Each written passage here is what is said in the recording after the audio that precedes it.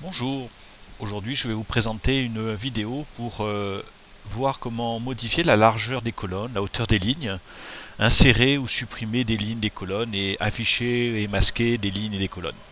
Alors d'abord je vais écrire un petit texte, bonjour les amis, et je fais Enter pour valider. Ensuite je reclique dans la cellule A1 et si je fais attention, vous voyez dans la cellule A1, ici dans la zone nom il y a bien marqué A1. Et ici dans la barre de formule, il y a bien marqué bonjour les amis. Et en fait, je m'aperçois que Mi est presque dans la cellule B1. Mais si je clique en B1, vous voyez que dans la barre de formule, il n'y a rien. Tout est bien inscrit dans la cellule A1. Alors ça veut dire que ma colonne n'est pas assez large.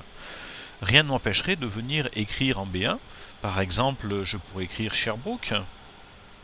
Je fais Enter pour valider et vous voyez que du coup j'ai plus la place pour afficher mon texte qu'il y avait dans la cellule A1.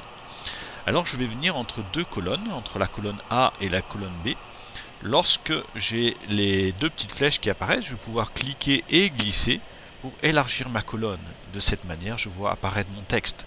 Ce que je peux faire également, c'est double-cliquer. Je me mets ici entre les deux colonnes, je double-clique et il va s'ajuster à la largeur la plus longue. Comme la largeur la plus longue est ici, formateur agréé en informatique, il est venu s'ajuster avec ce texte-là. Alors je vais venir cliquer et glisser pour mettre la taille que je veux. Et vous voyez apparaître un indicateur qui nous donne ici la largeur de 18 ou 131 pixels. Je vais lâcher.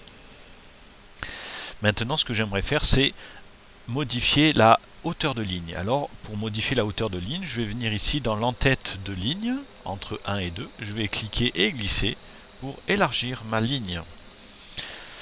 Et de la même façon, vous voyez, on voit apparaître une indication nous donnant la hauteur lorsqu'on clique et on glisse qui modifie la taille réelle. Donc je vais mettre par exemple la taille 48. Maintenant, j'aimerais insérer une colonne. Alors, pour insérer une colonne, je vais cliquer sur l'entête de colonne A. Vous voyez qu'en cliquant sur A, j'ai une flèche noire qui apparaît. Et en fait, je viens de sélectionner toute ma colonne. Je vais cliquer maintenant avec le bouton droit de la souris. Et je vais cliquer sur la commande insertion.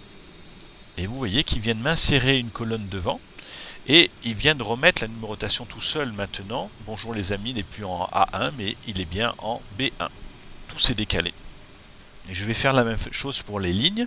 Si je clique sur 1, il me sélectionne toute la ligne 1. Je vais cliquer avec le bouton droit et je vais cliquer sur la commande insertion. Et je viens d'insérer une ligne. Maintenant, ce que j'aimerais faire, c'est masquer la ligne 1. À ce moment-là, je vais cliquer avec le bouton droit sur 1 et je vais cliquer sur masquer. Je veux masquer la colonne A. Je vais cliquer sur A avec le bouton droit de la souris et je vais cliquer sur la commande masquer. À ce moment-là, on voit bien que le tableau commence à la colonne B et les lignes commencent à la ligne 2. Mais ici, vous voyez, lorsque j'amène mon curseur tout doucement, là, il y a deux petites flèches avec deux barres qui apparaissent. Je peux cliquer et glisser pour faire réapparaître ma colonne A. Et ce que je vais faire, je vais utiliser une autre méthode pour faire apparaître la ligne 1. Je vais cliquer et glisser pour sélectionner les lignes 1, 2, 3, 4. Vous voyez, je remonte un petit peu plus haut pour bien sélectionner toutes les lignes. Je vais cliquer avec le bouton droit et je vais faire afficher. À ce moment-là, ma ligne 1 réapparaît. Et voilà, c'est ainsi que se termine cette petite vidéo. Alors je vous souhaite une bonne journée et je vous dis à bientôt. C'était Jean-Marc.